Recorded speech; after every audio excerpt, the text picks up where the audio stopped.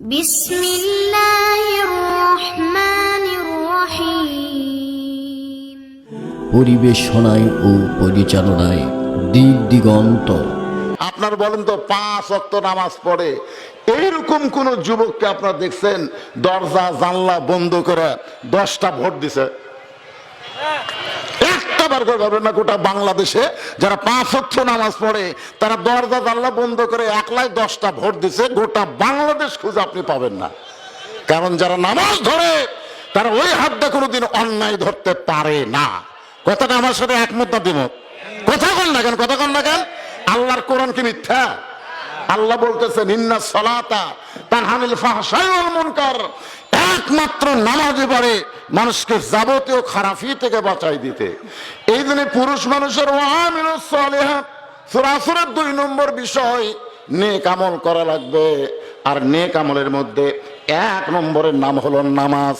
পুরুষের 1 নম্বর হলো নামাজ।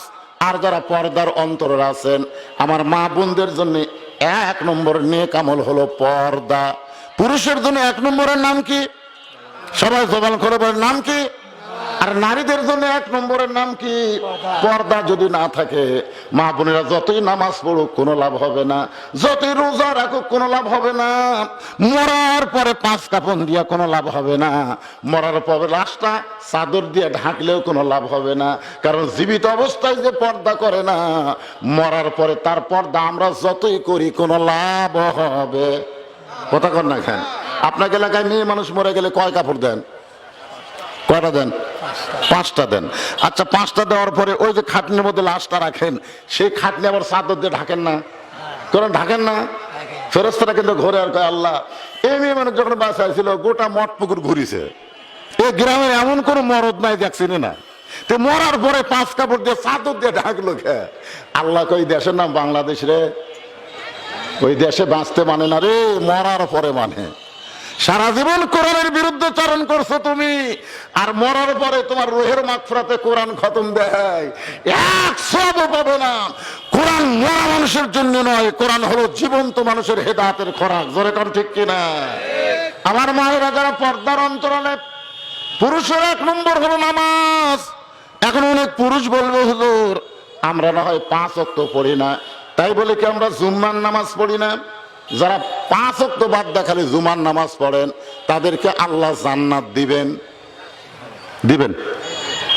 লা তাকনাতু মির রাহমাতিল্লাহ, আল্লাহ রহমত থেকে নিরাশ হওয়া যাবে না। যাবে? যারা 5 ওয়াক্ত বাদ দিয়ে খালি জুম্মা পড়ছে আল্লাহ তাদেরকেও জান্নাত দিবেন। ওরা জান্নাতের খোঁজ খবরে শুনে খুশি হয়ে এক দৌড়ে জান্নাতের কাছে যাবে, যাই দেখবে জান্নাতের দরজার বিশাল একটা তালা। তো জুম্মা পার্টি বলবে আল্লাহ আপনি আমাকে জান্নাত দিলেন, কিন্তু জান্নাতের দরজার যে তালা, আল্লাহ বলতে যে খুঁজে দেখ চাবি তোর কাছে আছে। ওরা তখন খুঁজে দেখবে একটা চাবি আছে, তালার মধ্যে ঢোকে ঠিকই কিন্তু ঘোরে না, ঢোকে ঠিকই ঘোরে না, ঢুকছে কিন্তু ঘোরে না। আল্লাহ ঢুকলো ঠিকই ঘোরে না কেন? আল্লাহ বলে তালার মধ্যে 5টা দাগ আছে, তোকে চাবির মধ্যে 5টা দাগ থাকা লাগবে, দাগে দাগে মিল হলে কুট্টুস করে ঘুরবে। ওরা চাবি বার করে দেখবে আল্লাহ দাগ তো নাই, এই 5টা কিসের দাগ? আল্লাহ বলবে ফজর, জোহর, আসর, মাগরিব, এশা, এই 5 ওয়াক্ত নামাজের দাগ যদি চাবির মধ্যে না থাকে ও জান্নাত দেখতে পারবে কিন্তু ঢুকতে পারবে না। তাহলে যারা খালি জুম্মার নামাজ পড়তেছেন তারা জান্নাত দেখার চান্স পাবেন কিন্তু ঢুকতে পারবেন না। ঢুকতে গেলে কয় ওয়াক্ত? হাদিস আছে বিস্তারিত, হুজুরি কলব ব্যতীত করছেন কালো নামাজ তোর হবে না। তবে কেন গাও জোয়ারি মানুষকে দেখাও নামাজ পড়ি, ও তোমার সিদ্ধ বীজে সুফসল ফলে না, আজও কেন আল্লাহর নামাজ ধরতে পারলা না? ইনশাল্লাহ মাগরিবের পরে আমরা এই 5 ওয়াক্ত নামাজ সম্পর্কে শুনবো। এখন মা বোনদের জন্য পর্দা। জোরে বলেন কি? ওরা আমার মনে কষ্ট নেবে, হুজুর তো আমাদের কোনো ওয়াজ ধরলো না। আজান দেওয়ার সাথে সাথে বলবে সব বাড়ির যাই, হুজুর আজকে খালি নামাজ লয়ে ওয়াজ করবে, আমাদের কোনো ওয়াজ নাই। মেয়েদের জন্য 1 নম্বর আমল হলো পর্দা। জোরে কোন 1 নম্বর আমলের নাম কি? আপনারা একটু জোরে বলেন। এই পর্দা কিন্তু মেয়েদের জন্য আমল করা ফরজ। আর পর্দার গুরুত্বপূর্ণ বিষয় কিন্তু আল্লাহ পুরুষের জন্য বলে দিয়েছেন। কথাটা একটু খেয়াল করবেন। অনেকগুলো মেয়ে মানুষ খাতুনে জান্নাত ফাতেমার দরজায় দাঁড়িয়ে আছে, মা ফাতেমার সঙ্গে দেখা করবে। কেন করবে? আল্লাহ রাসূল বলেছেন সাইদাতুন নিসাই আহলিল জান্নাহ ফাতেমাতুজ জোহরা, জান্নাতি নারীদের নেত্রী হবে সেই নারীটার নাম কি? ফাতেমা।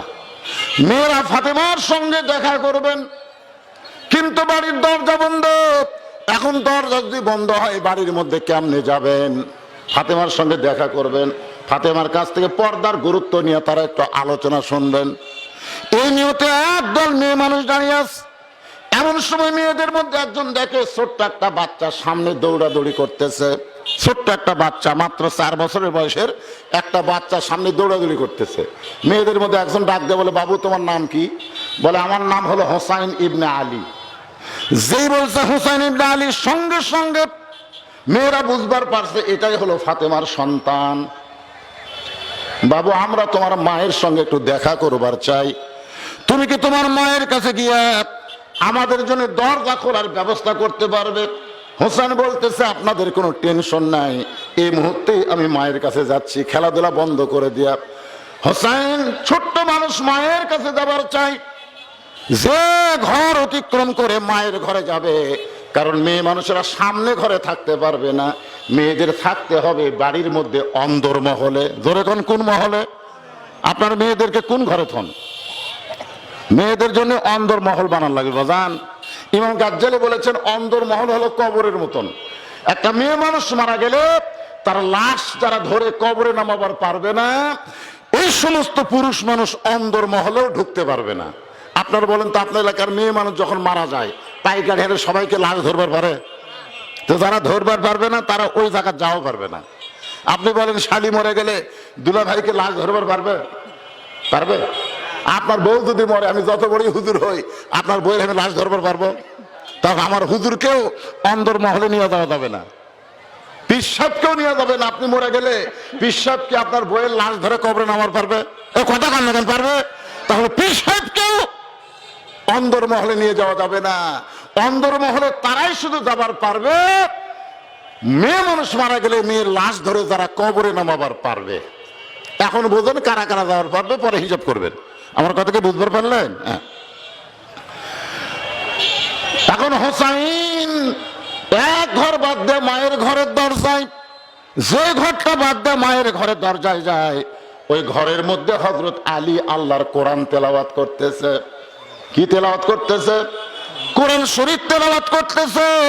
ইন্নামাল মুমিনুনা আল্লাযীনা ইযা যুকিরাল্লাহু ওয়াজিলাত কুলুবুহুম ওয়া ইযা তুলিয়াত আলাইহিম আয়াতুহু যাদাতুহুম ঈমানা ওয়া আলা রাব্বিহিম ইয়াতাওয়াক্কালুন। সবাই বলেন আল্লাহু আকবার। এই যে বিশাল একটা আয়াত তেলাওয়াত করলাম, এর বাংলা অর্থ আপনারা জানলেন না। যদি জানতেন তাহলে আল্লাহু আকবার বলার জন্য বক্তাকে উৎসাহ দেওয়া লাগতো না। নিজের জবান থেকে যে আল্লাহু আকবার সব তাকবীর দেয়, আল্লাহ তাআলা তাকে আল্লাহর দলের মধ্যে কবুল করে নেয়। আপনি যত সুবহানাল্লাহ কোন, আলহামদুলিল্লাহ কোন, যত তাসবিহ পড়েন, আল্লাহু আকবার যদি না বলেন আপনি আল্লাহর দলে হতে পারবেন না।